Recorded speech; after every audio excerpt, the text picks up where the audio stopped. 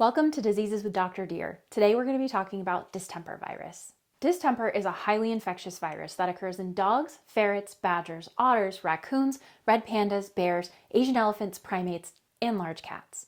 This is a global disease. In this video, I'm going to be focusing on distemper in our companion dogs. Clinical signs of distemper virus include an initial transient fever about 3 to 5 days after infection. Symptoms tend to be mild and vague at this point, with occasional anorexia. The fever subsides before a second fever occurs, accompanied by nasal discharge, ocular discharge, and lethargy. They can have GI signs as well as respiratory signs and are prone to secondary bacterial infections. Puppies at this stage may have hyperkeratosis of the foot pads or along the nasal planum and enamel hypoplasia. Some dogs progress to neurologic signs such as involuntary muscle twitching or seizures. The seizures are often described as chewing gum seizures because it looks like they're chewing gum, or they can have a resting twitch. They can also circle, have a head tilt, or develop paralysis.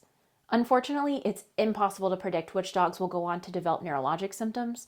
In rare cases, the neurologic signs start several weeks or months after the initial infection.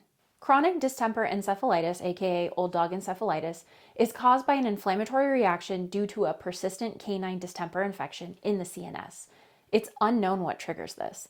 Symptoms include ataxia, or walking like you're drunk, compulsive movement like pacing, head pressing, incoordination, and other neurologic signs. The virus is spread via airborne exposure to infected dogs or wild animals. This is done through sneezing, coughing, or barking. It can be spread through shared food bowls, water bowls, and toys. Infected dogs shed the virus in respiratory droplets, saliva, or urine. Infected mothers can pass the virus to their puppies in utero. Diagnosis is made through PCR testing. If the patient has been recently vaccinated, the PCR test may give a false positive.